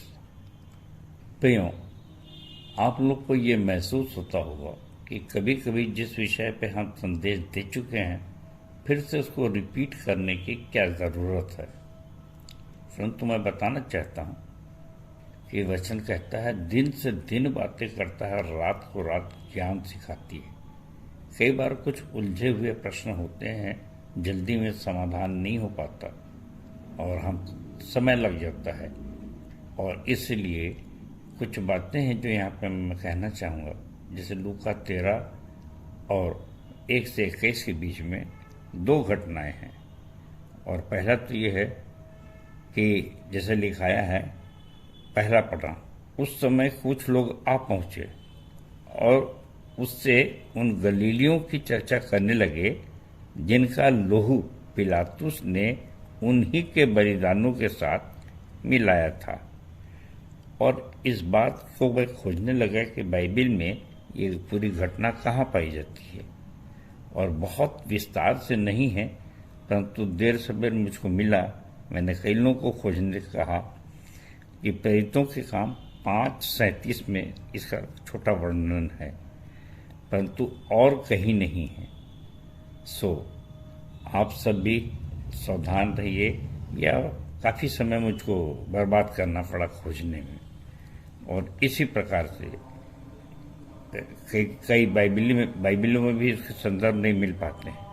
फिर दूसरा तीसरे पद में है कि चौथे पद में, क्या तुम समझते हो कि वे 18 जन जिन पर शिलोह का गुम्मट गिरा और वे दब कर मर गए, यरूशलेम के और सब रहने वालों से अधिक अपराधी थे? और आपको बता दूं कि मैंने बहुत खोजा, जब तक गया तो मैंने अपने प्रिय अजीजों से पूछा, और उत्तर ये है कि इस घटना का वर्णन और कहीं बाइबल में नहीं है। और ये दोनों घटनाओं के पर टीकाकार कुछ टिप्पणी करते हैं। सो उसके आधार पे ये कहा जाता है कि इजरायली जिस कुंड को पवित्र मानते थे, वहाँ पर ये गुम्मट गिरा था। इसलिए प्रियो, दूसरी बात जो है कि मन फिराने की बात कर रहा है। यदि तुम मन न फिराओगे तो नाश होगे। और अभी अभी हमने देखा, बहन निशा छाबड़ा ने अपनी कितनी अच्छी गवाही दी कि उसने मन फिराया और फिर से इस कार्य में लग गई हमारे साथ आकर कि सब जाति को चेला बनाना है, दोष नहीं लगाते रहना है, कमियां नहीं ढूंढते रहना है। प्रियो, आपको बता दूं कि जब मैं 40 वर्ष का था, लगभग 90-92 की बात है, और जब मैंने मन फिराया और ये निश्चय किया कि मैं प्रभु का काम करूंगा, तो आप देख रहे हैं कि समाज में बहुत ढेर सारी कमियां और बुराइयां थी, और लोग सब जाति के लोगों को चेला बनाने का बोझ के साथ काम नहीं करते थे। सो परमेश्वर का धन्यवाद हो कि मैंने कहा कि बिना किसी की आलोचना किए मैं अपना काम करूं, और ये देखिए आज इतनी बड़ी सफलता मिली कि इतने बड़ी कलीसिया तैयार हो गई। और ये उसी राई के दाने के राई के वृक्ष के समान है, जिसके विषय में यहाँ पर लूका 13 के 18-21 में यीशु मसीह बता रहे हैं कि कैसे एक छोटा सा राई का दाना बड़ा वृक्ष बन जाता है और उसमें चिड़िया बसेरा करती है। और हम तो 3-11-12 पर बोलने वाले हैं, जो कुछ हम जानते सो कहते हैं, सो हम दिखाते हैं कि देखिए छोटा सा विश्वास कितनी बड़ी कलीसिया तैयार कर दिया। ये उसी खमीर के समान है, थोड़ा सा खमीर जो पूरे आटे को खमीर कर दिया। तो चूंकि राई के दाने के बराबर विश्वास के संबंध में बात निकली, तो मैं यहाँ पे कहना चाहूँगा कि मेरे एक कविता है 8वें नंबर की, शीर्षक है चौकस रहो, 1 कुरिन्थियों 10:20 पर, और कुलुस्सियों 2:8 पे आधारित है। और इसकी 4 लाइनें मैं यहाँ पे पढ़ना चाह रहा हूँ, पूरी कविता आप स्वयं पढ़ सकते हैं। पृष्ठ 184 में यीशु ने कहा है, राई के दाने के बराबर विश्वास तेरा पहाड़ को हटा जाएगा। पर आज जो देखा पहाड़ सा विश्वास भी तेरा राई को नहीं हटा पाया है। देख, गली गली और गांव गांव में आज भी मूर्तियों की माया है। और ऐसा क्यों है? क्योंकि धन दौलत और वैभव में अटका हुआ जिनका प्राण है, धन दौलत और वैभव में अटका हुआ इनका प्राण है, क्या यही आशा की गई वस्तुओं का निश्चय और अनदेखी वस्तुओं का प्रमाण है? इब्रानी 11:1। प्रियो, आपने देखा कि विश्वास पे पहाड़ जैसा संदेश जरूर दे सकते हैं, पर राई के दाने पर विश्वास हमारा कितने बड़े बड़े काम कर सकता है। तो परमेश्वर करे आप राई के दाने के बराबर विश्वास कर सकें। धन्यवाद। इसके बाद आज का उत्तरवादी पाठ यूहन्ना 17:1 से 19। आज का उत्तरवादी पाठ यूहन्ना 17:1 से 19। प्रियो, प्रार्थना के संबंध में हम बहुत कुछ जानते हैं और यीशु मसीह ने मत्ती 6:50 में से आगे इस बात को समझाया भी है कि हमारी प्रार्थना कैसी करना चाहिए। बहुत बकबक ना करें।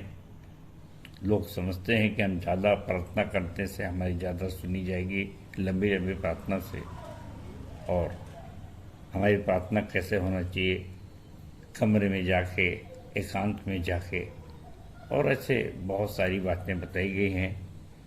और ये भी बताया गया है कि 2 व्यक्ति प्रार्थना करने गए और कैसे एक व्यक्ति ने स्वर्ग की ओर आंखें उठाकर जोर जोर चिल्ला के प्रार्थना की, परंतु दूसरे ने उठाने की हिम्मत भी नहीं किया स्वर्ग की तरफ देखने की, मगर झुक के और बड़ी नम्रता से और अपनी अयोग्यताओं को सामने रख करके प्रार्थना किया। यीशु मसीह तो कहते हैं आप स्वयं डिसाइड करें, आप स्वयं निर्णय लें कि आपको कैसी प्रार्थना करना है।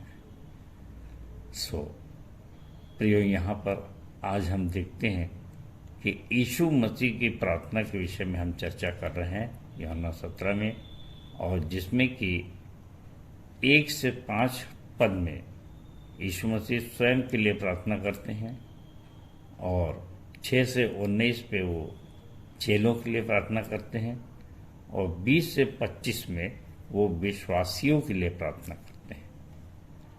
और उनके प्रार्थना के कुछ अंश पे हम यहाँ पर चर्चा करेंगे और मैं कुछ पदों को आपके सामने पढ़ना चाहता हूँ। यूहन्ना 17 का पहला। यीशु ने ये बातें कही और अपनी आंखें आकाश की ओर उठाकर कहा, हे पिता, वह घड़ी आ पहुंची, अपने पुत्र की महिमा कर कि पुत्र भी तेरी महिमा करे। प्रियो, ये घड़ी कौन सी आ गई? ये यीशु की महायाजकीय प्रार्थना है। एक ऐसा महायाजक हमारे सामने है जिसने अपने को बलि चढ़ाया, और ये समय भी है हम इन दिनों चर्चा करते हैं क्योंकि कुछ ही दिनों बाद हमारा दुख भूख सप्ताह होगा, खजूर का रविवार होगा, गुड फ्राइडे होगा और इसके बाद ईस्टर होगा। और इसलिए इस संदर्भ को पे हम चर्चा कर रहे हैं कि यीशु मसीह उसके लिए तैयारी कर रहे हैं और प्रार्थना करते हैं कि प्रभु, वो समय आ रहा है कि पृथ्वी में जिस कारण से तूने मुझे भेजा है वो कार्य पूरा हो। और आप जानते हैं कि प्रभु ने कैसे उसकी महिमा की और अपनी महिमा की। यीशु को क्रूस पे चढ़ाया गया। प्रियो, मनुष्य होने के नाते कितनी बार हम गाना गाते हैं, छत्तीसगढ़ी का गीत याद आता है मुझको, मारे हमन जाबो काटे हमन जाबो, घड़ी जवाही तो परखे हमन जाबो। तो अपन विश्वास में अटल रहो साथी रे पापी, मौका है मन ला फेरा ला। पिछले ही सप्ताह के लिए मैं चर्चा किया कि हमने लूका 13 में से देखा था कि जहाँ यीशु मसीह ने कहा यदि तुम मन न फिराओगे तो नाश होगे। पर यहाँ पर यीशु मसीह अपने बलिदान चढ़ाए जाने का स्वागत कर रहे हैं, रिक्वेस्ट कर रहे हैं, प्रार्थना कर रहे हैं कि प्रभु अब जिस काम के लिए तूने मुझे भेजा है वो काम को प्रारंभ कर, क्योंकि दूसरे वचन में 17 का 2 पढ़ रहा हूँ और बातें स्पष्ट होती हैं, क्योंकि तूने उसको सब प्राणियों पर अधिकार दिया कि जिन्हें तूने उसको दिया है उन सबको वह अनंत जीवन दे। यह स्पष्ट है कि मैं चाहता हूँ कि जो चेले तूने दिया है, जो लोग तूने दिया है, उसको अनंत जीवन देने के लिए मुझे प्राण देना पड़ेगा। और तीसरे पद में वो स्पष्ट भी करता है, और अनंत जीवन यह है कि वे मुझ अद्वैत सच्चे परमेश्वर को और यीशु मसीह को जिसे तूने भेजा है जाने। सो प्रियो, कितने आनंद की बात है कि जब हम होमवर्क कर लेते हैं, अपने बॉस की आज्ञा मान लेते हैं और कुछ पुरस्कार हमको दिखाई देता है, मिलना है, और मेरा जो सहयोग दिए हैं उनके पास भी मैं उनको पहले से बोल दिया हूँ कि मुझको इतने लाख रुपए मिलेंगे तो मैं आप सबके बीच में बांट दूंगा। तो कितने आनंद की बात होती है अगर मैं उसको रुपयों में उदाहरण स्वरूप बता रहा हूँ कि मैं और मेरे साथी खुश होंगे कि हाँ, भाई साहब ने जो कहा था, गुरुजी ने जो कहा था, वो काम पूरा होने जा रहा है, अब हमको पुरस्कार मिलेगा और हम आनंदित हो जाएंगे।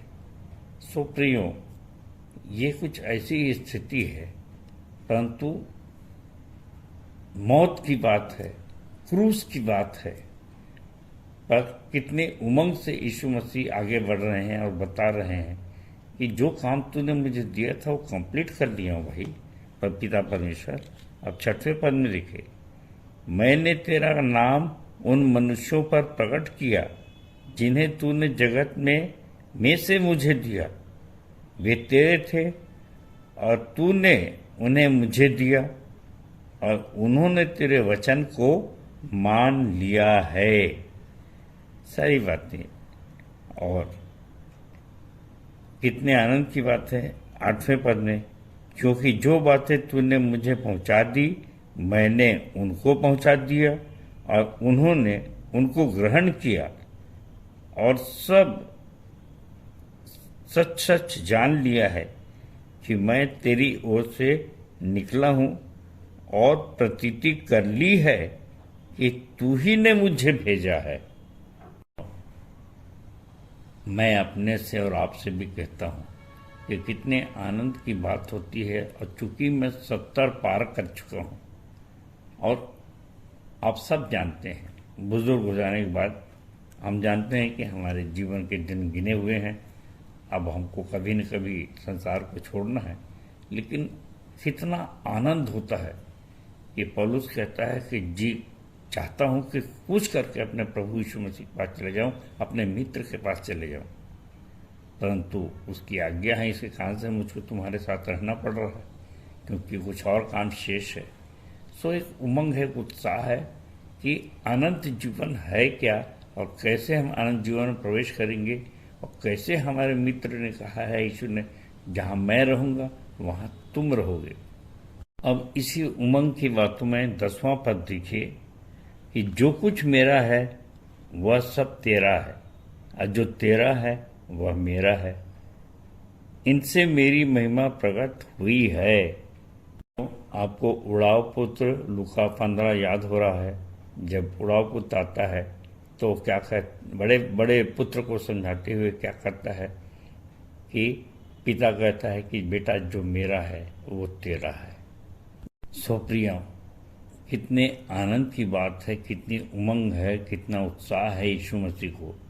और हम लोग के सामने भी एक बड़ा कौतूहल होता है कि कितने आनंद की बात है कि हम अपने प्रभु यीशु मसीह के पास काम करके पहुंच रहे हैं।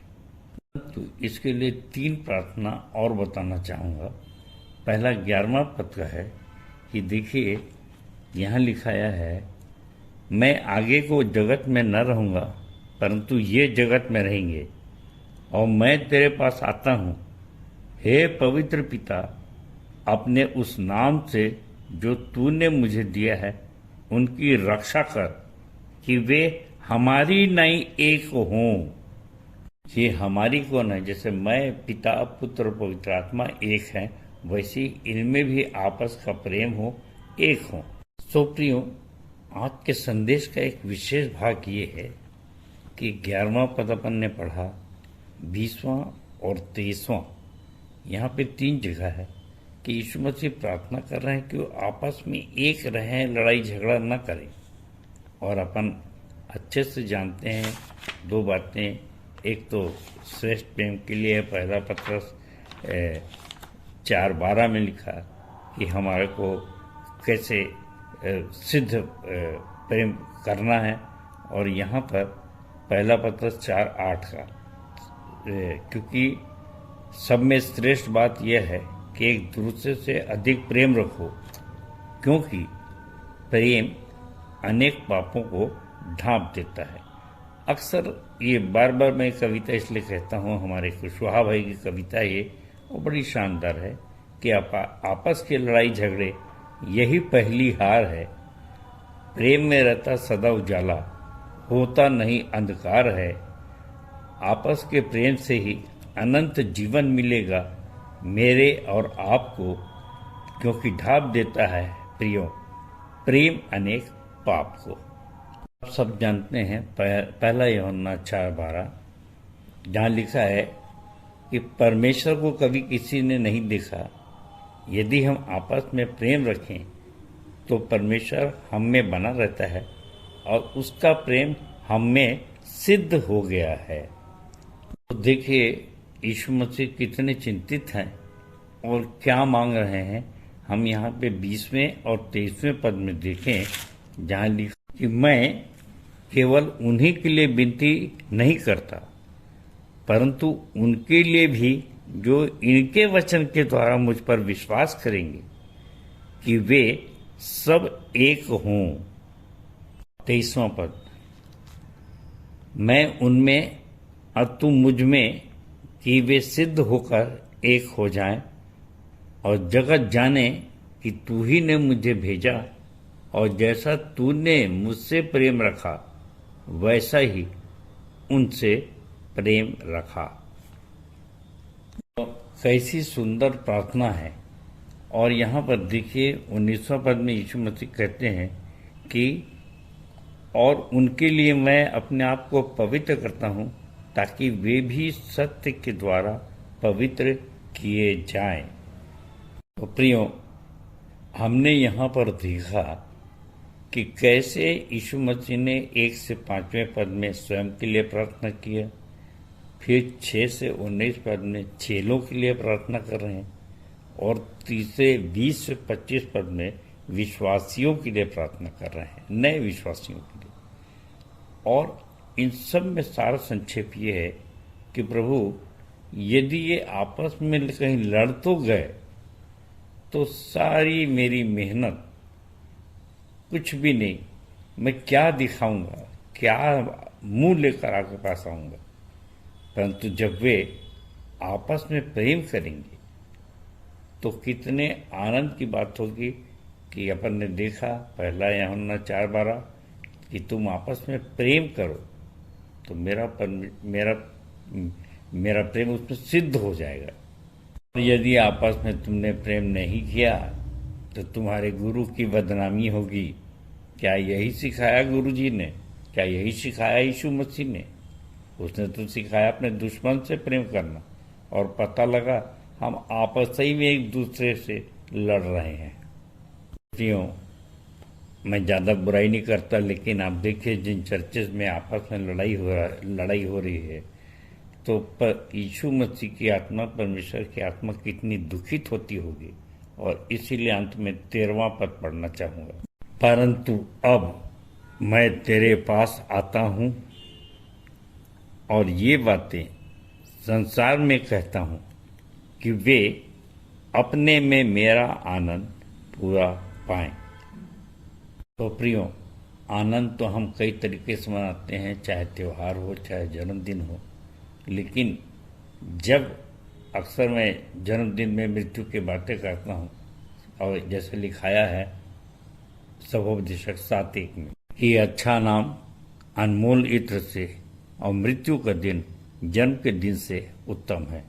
सो प्रियो, याद रखें कि जन्मदिन तो सब मनाते हैं, लेकिन हमारा आनंद जो पूरा होता है इस बात से कि हमारे लिए अनंत जीवन भी रखा हुआ है। सारांश ये है कि हमारा आनंद प्रभु यीशु मसीह में अनंत जीवन के साथ पूरा होता है। सो परमेश्वर अपने वचन के कहे जाने पर आशीष दे। सबको जय मसीह की, जय मसीह की और जय मसीह की। धन्यवाद। उत्तरवादी पाठ पर सुंदर सारगर्भित एवं व्यवहारिक टिप्पणी के लिए अपने संचालक जी का बहुत बहुत धन्यवाद करते हैं। तालियां। हम अपनी आराधना के अंतिम भाग में हैं और अंतिम गीत गाएंगे। हमन गाना गावो से 42 नंबर हम धूम मचा देंगे और अंतिम प्रार्थना में अगुवाई करेंगे भाई श्री कमल कुमार सूर्यवंशी और प्रभु की प्रार्थना और सह संचालिका श्रीमती अर्चना दास जी की आशीष से सभा का समापन करेंगे। गाना गाबुन से 42 नंबर हम धूम मचा देंगे।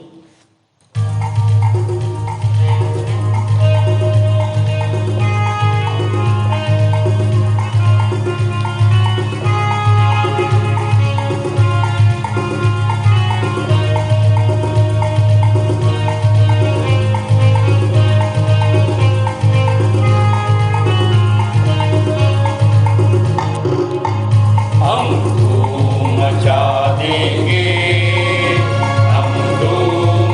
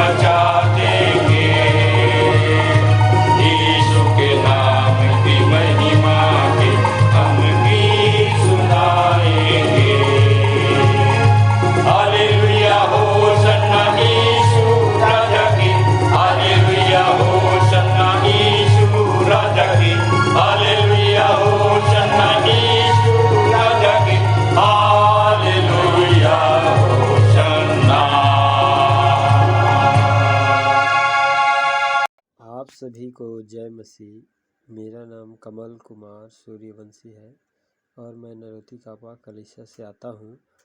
मुझे प्रभु में लगभग 6 वर्ष हो चुके।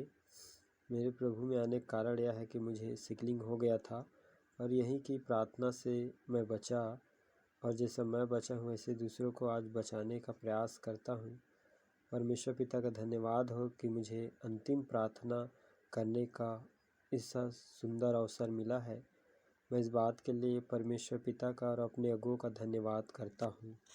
तो आइए हम सब हाथ जोड़ लेंगे और आंखें बंद कर लेंगे और ध्यान परम पिता परमेश्वर की ओर लगाएंगे और प्रार्थना में जाएंगे। सर्वशक्तिमान जीवित सामर्थी प्रेमी पिता परमेश्वर, हम एक बार फिर से बड़े ही धन्यवाद के साथ प्रभु यीशु मसीह के धन्य और पवित्र नाम में एक बार फिर से आपके चरणों के समीप आते हैं और धन्यवाद देते हैं परमेश्वर पिता इस सुंदर अवसर के लिए कि हम इस प्रार्थना के द्वारा आपसे बातचीत करने पा रहे हैं। प्रभु धन्यवाद प्रभु, आपके प्रेम अनुग्रह के कारण हम आपसे बातचीत करने पाते हैं। प्रभु आपकी दया के कारण आपकी संगति करने पाते हैं, आपके वचनों को पढ़ने सुनने और समझने पाते हैं। परमेश्वर पिता इसके लिए धन्यवाद देते हैं प्रभु जी आपको।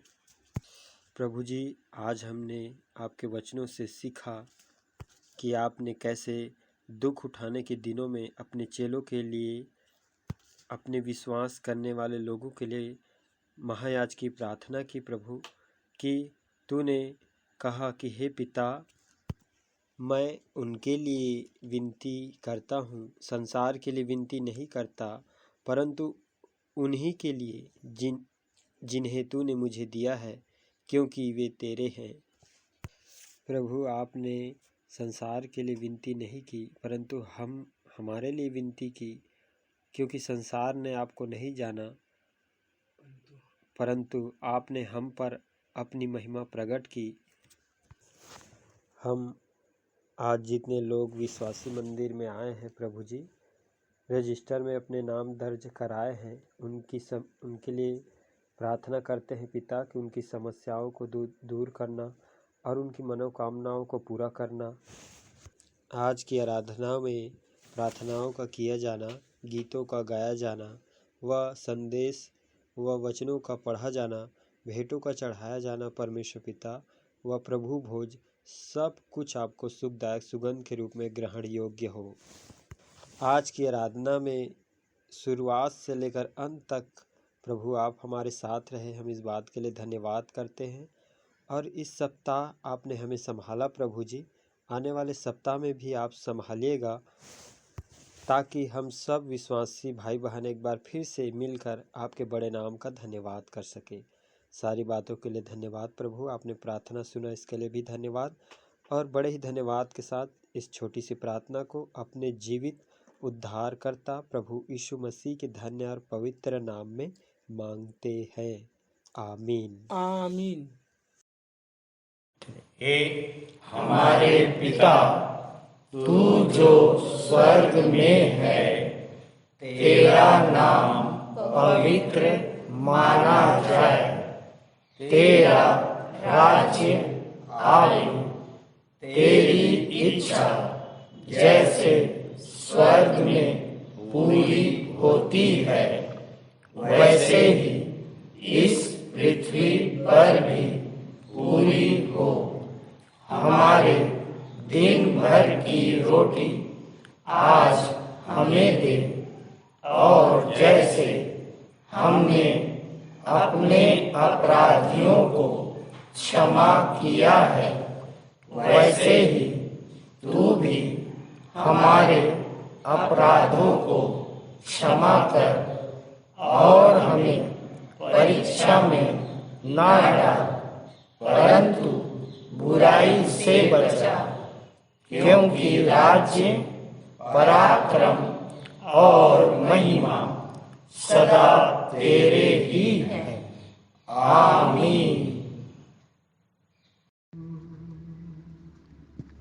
अब हमारे परमेश्वर पिता का प्रेम, प्रभु यीशु मसीह का अनुग्रह और पवित्र आत्मा की शांति व सहभागिता हम सब विश्वासियों के साथ आज से लेकर युगान युग होती रहे, आमीन। मुझ में यीशु की शोभा दिखाई दे, उसका अद्भुत प्यारा सा निर्मलता, हेतु आत्मा